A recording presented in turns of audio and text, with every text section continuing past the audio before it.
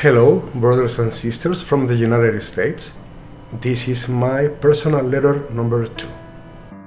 The genocide, displacement, subjugation, dispossession, and torture endured by the indigenous peoples of this continent is perhaps one of the greatest tragedies in human history. And in the case of indigenous peoples in the United States, the tragedy did not end with the seizure of their ancestral lands.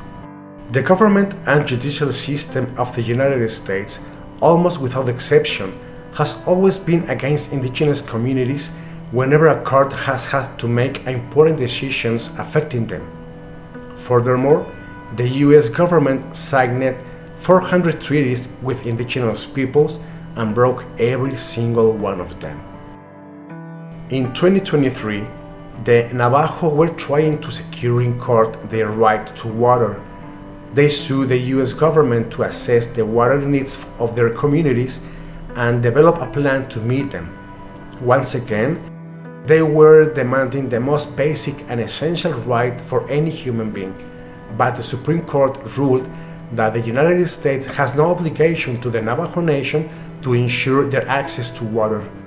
The justices argued that the 1868 Peace Treaty did not require the federal government to take affirmative actions to guarantee the Navajo people's water supply.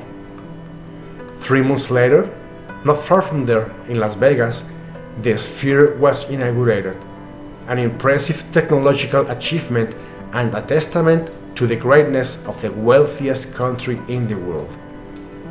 Both events took place in the same country, in the same year, because in the United States, not everyone is treated equally.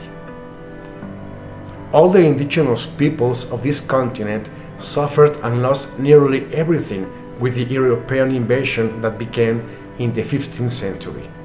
Because when your values are honor, respect, truth, love, compassion, generosity, and humility, you cannot compete against a group of people whose values are arrogance, ignorance, plunder, rape, and murder.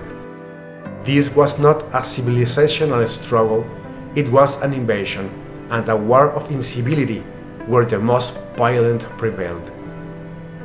That is how Europe invaded and divided the entire world, through extreme violence pushed to its limits, not through noble or more elevated ideas, nor through social improvements for all, nor through justice. It was extreme violence, nothing else, that allowed Europe and its descendants to attempt to seize control of the entire world. They called the invasion a discovery or a conquest. They called extreme violence a military operation, and the theft of land a liberation or civilizing process. There were already civilizations on this continent, and they were destroyed by the people who came from Northern Europe.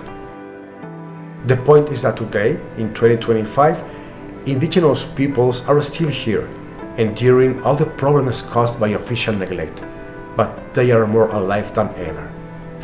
The time will come when everyone will be able to appreciate and thank them for their existence, because indigenous peoples are one of the most beautiful parts of your beautiful country. Cultural identities, indigenous languages, beautiful traditions, natural medicine, alternative techniques, and ancestral wisdom. Indigenous peoples are part of the moral wealth of your nation.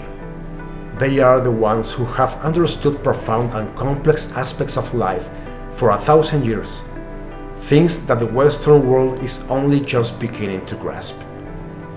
60 years ago, the West began to recognize that racism is socially harmful. Indigenous peoples already knew that. 50 years ago, the West began to understand the importance of caring for Mother Earth. Indigenous peoples already knew that. 30 years ago, the West began to realize that the importance of respecting diversity of thought. They already knew that. And in a few more years, when the West realizes that money is not happiness, they already knew that. When the West learns that the exploitation of humans by humans is not civilized but savage, they already knew that. When the West understands that all human beings are brothers and sisters, and when we all realize that it is better to share than to compete, they already knew that. The indigenous peoples of this continent are the moral vanguard and the international reserve of values.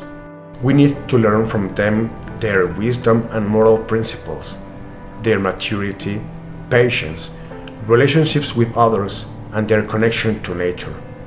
All these values are impossible to find in the individualistic civilization of the West. Indigenous wisdom is eternal. It does not expire, and when things get complicated, it becomes even more relevant. The indigenous peoples of the United States are part of who you are, a part of your body, a member of your family. Take care of them, love them. The rest of us, the non-indigenous people of this continent, arrived later, and they bore the consequences. As Eduardo Galeano said, all of us in this continent carry indigenous blood, some in our veins and some in our hands.